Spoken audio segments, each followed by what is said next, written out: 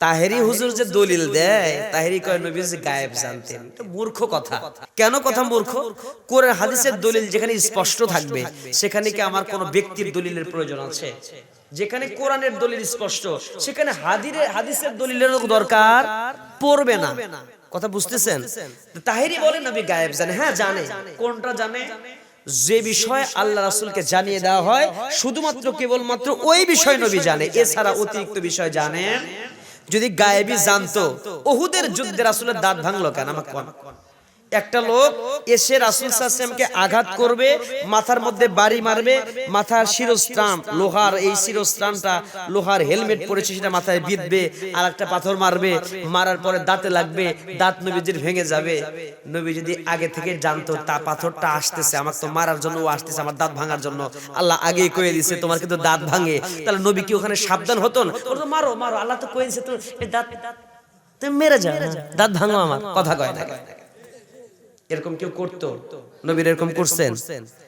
তাহলে আল্লাহর নবী যে জানে না এটা একটা প্রমাণ। যদি জানতেন রাসূলের উপরে অকল্যাণ আসতেছে, রাসূলকে পাথর মারবে, রাসূলকে আঘাত করবে, রাসূলকে মানে মানে বিভিন্ন ভাবে নির্যাতন করবে, তাহলে রাসূল আগে থেকেই সাবধান হতেন। কিন্তু কিছু কিছু বিষয় জানিয়ে দেওয়া হয়েছে, যেমন রাসূল যখন হিজরত করবে, হিজরতের আগে চতুর্পাশে 12টা গোত্র আক্রমণ করবে, 12টা তলোয়ার না দাঁড়ায় আছে নবী ঘরের মধ্যে, তখন জিবরাইল এসে বলতেছে, আগে জানে না, জিবরাইল বলছে হুজুর তাড়াতাড়ি ওঠেন, আপনাকে হিজরত করতে হবে মদিনায়, আল্লাহর ওয়ার্ডার, ঘরের চতুর্পাশে কাফেররা দাঁড়ানো। নবী তখন হাতের মধ্যে বালি নিয়ে সাহাতির উজু বলে ফু দিলেন, চতুর্পাশে কাফেরদের চোখে চোখে বালি পৌঁছে গেল। সুবহানাল্লাহ। আলেম ওলামা থাকলে ওয়াজ করে মজা পাওয়া যায়, ওনারা বুঝতে পারেন। তাহলে ওই কথাটা নবী জানলেন কার মাধ্যমে? হযরতে জিবরিলের মাধ্যমে। সুবহানাল্লাহ বলেন। কিন্তু উহুদের যুদ্ধে নবীও আগে জানতেন না যে সেই যুদ্ধে রাসূল সাল্লাল্লাহু আলাইহি ওয়াসাল্লামের পরাজয় হবে, সাহাবীদের পরাজয় হবে, রাসূলের দাঁত ভাঙবে, রাসূলকে এত কষ্ট করতে হবে, জানতেন না। তাহলে নবী গায়েব জানে। ক্লিয়ার হয়ে গেছে না? এটা বললাম আমার বাংলা ভাষায়। এখন দলিল দেব, কোরআনের দলিল। লিখে নেন, খাতা কলম নেন। সূরা আনাম, সূরা আনামের 59 নং আয়াত, 59 নং আয়াতের ভিতরে আল্লাহ কি বলছেন খেয়াল করেন।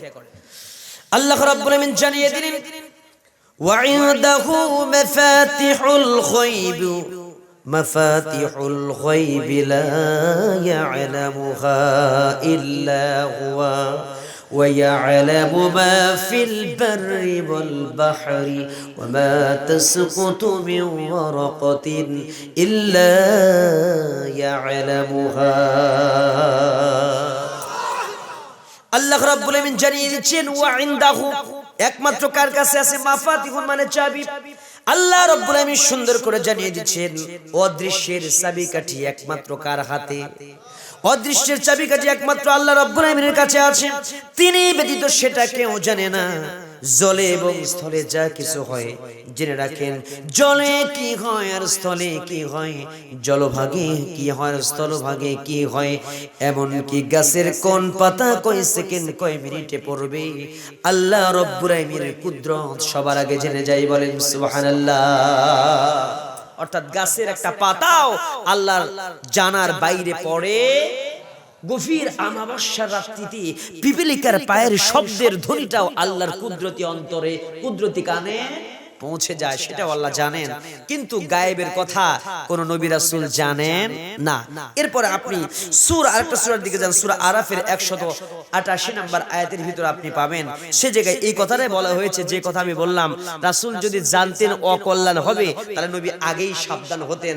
রাসূল জানতেন না তার উপরে পাথর মারা হবে, তার উপরে দাঁত ভাঙা হবে। যেমন সূরার দলিল দিচ্ছি, আল্লাহ রাব্বুল আমিন সুন্দর করে জানিয়ে দিলেন, কুল লা আমলিকু লিনাফসি নাফআন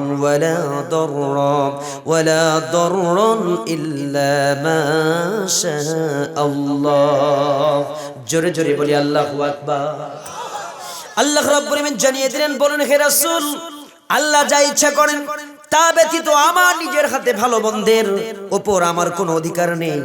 আমি যদি অদৃশ্যের খবর জানতাম তবে তো আমি প্রভূত কল্যাণ লাভ করতাম এবং কোনো অকল্যাণ আমাকে স্পর্শ করতে পারতো না। বলেন সুবহানাল্লাহ।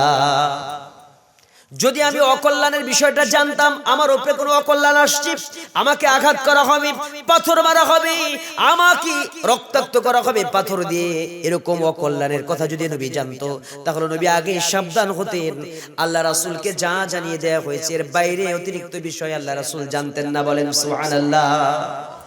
কিন্তু আমার ভাইরা, আমাদের বাংলাদেশের জমিনে অনেকে জ্যোতিষীদের বিশ্বাস করে, জ্যোতিষীদের বিশ্বাস করে। বিভিন্ন পত্র পত্রিকার ভিতরে দেখতে পাবেন মকর রাশি, কুম্ভ রাশি, বৃশ্চিক রাশি, কর্কট রাশি, মিথুন রাশি, কন্যা রাশি, কথা কয় না আছে।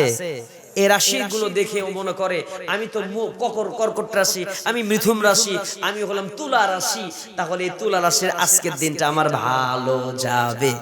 চিন্তা করি না আমরা?